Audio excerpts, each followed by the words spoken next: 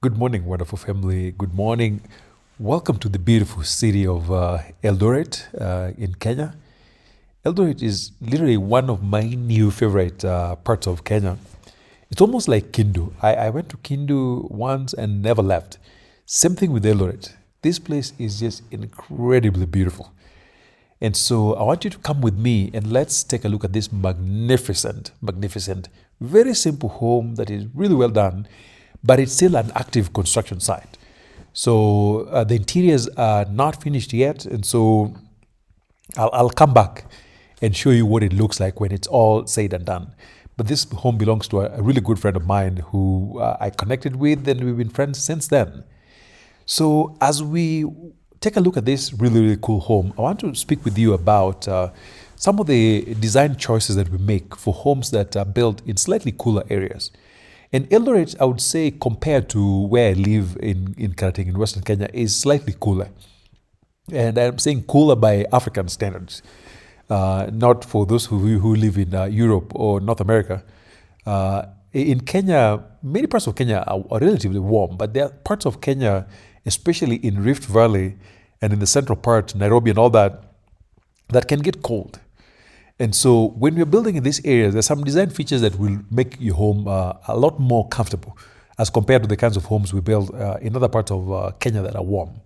So I'm going to share with you some of the nuggets that we consider while doing so that if you're building in any of these areas, I hope you consider these options. But then again, before we go too far, folks, if you're joining us for the first time, this is Wanodede. I'm a Kenyan American who, of course, is working his way back to the village. And I help people put up things like this. I help folks with finding land and things like that. So if you need help with finding land, architects, interior designers, and all things preparing to return to Kenya or to Africa, reach out. My number is posted below. But again, if you enjoy our content, all we ask is check if you have subscribed. If you have not, add your name to it and we'll really appreciate your support. But folks, Eldoret is exceptionally beautiful. The first time I came here, I actually asked for the value of land because not only do you have lots of spaces, in fact, compared to many places I visit, Eldoret has still a lot of land. Not necessarily empty land, but you can easily buy large tracts of land. And the weather is on another level because some people don't like really hot places. So if you're one of those people who care for slightly cooler places, then Eldoret and its neighborhood would be your place to go. Currently, I have about 3 projects going on, and today I'm going to visit a couple of them before I head back to Karating. I still have a few other stops to make around Kitale and Kiminini. I've got projects out there that I need to go supervise. But for today, come with me. Let's enjoy this beautiful place that is built and owned by a friend of mine who lives in the US but has done exceptionally well. As I say in my videos, you don't have to build a massive hacienda. All we ask is whatever the size of the hacienda, just make sure that you have all the modern comforts that we enjoy in diaspora and the finishes are done properly. If you can do that, you will be home and dry.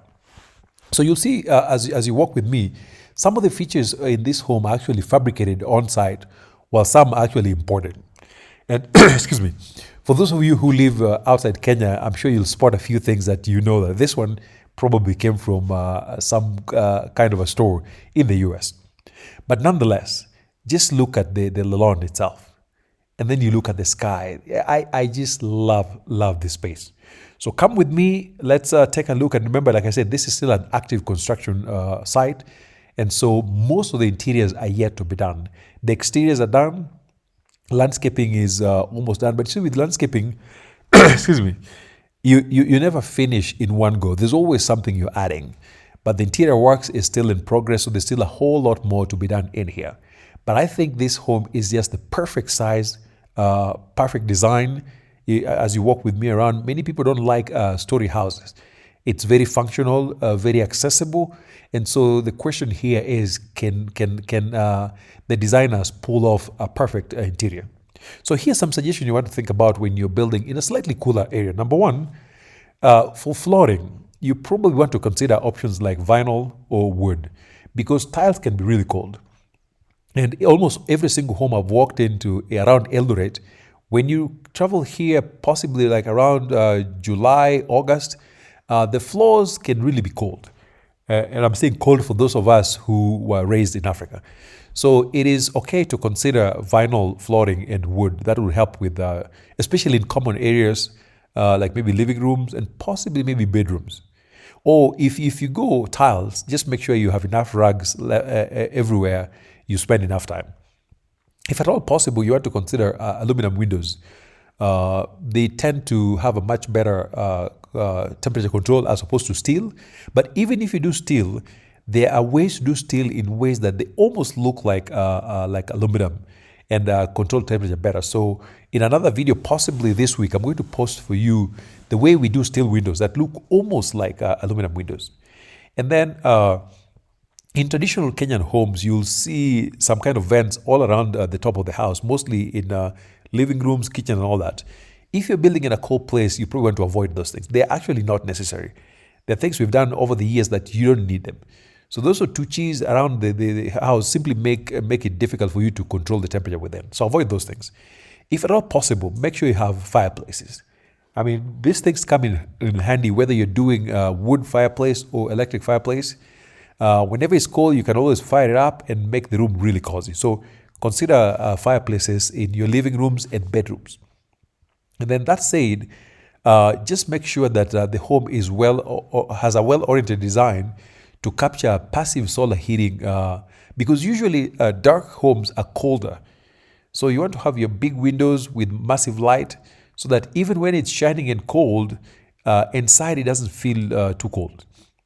Now, some of these homes that are darker, like I've said, can be really cold during quote-unquote Kenyan winter. If at all possible, especially for those who use aluminum windows, make sure you use weather stripping, sealants around doors and windows so that you're blocking all the vents. Again, just to make sure that your home is energy efficient and it's not cooling down faster than you desire. And then if at all possible, make sure you have like an outdoor fireplace. You'll have a cozy spot ideal for late night social events or watching beautiful Kenyan winter, quote unquote winter sunrise with a warm cup of lemongrass tea in your hand. So do a fireplace outside. If at all possible too, depending on the size of your house, you can think about a gym or game room within the house. Because some of these cold places, when it's cold, you really don't want to be outside a whole lot. And so when you have a gym and a game room within, it encourages folks to be active while still staying indoors.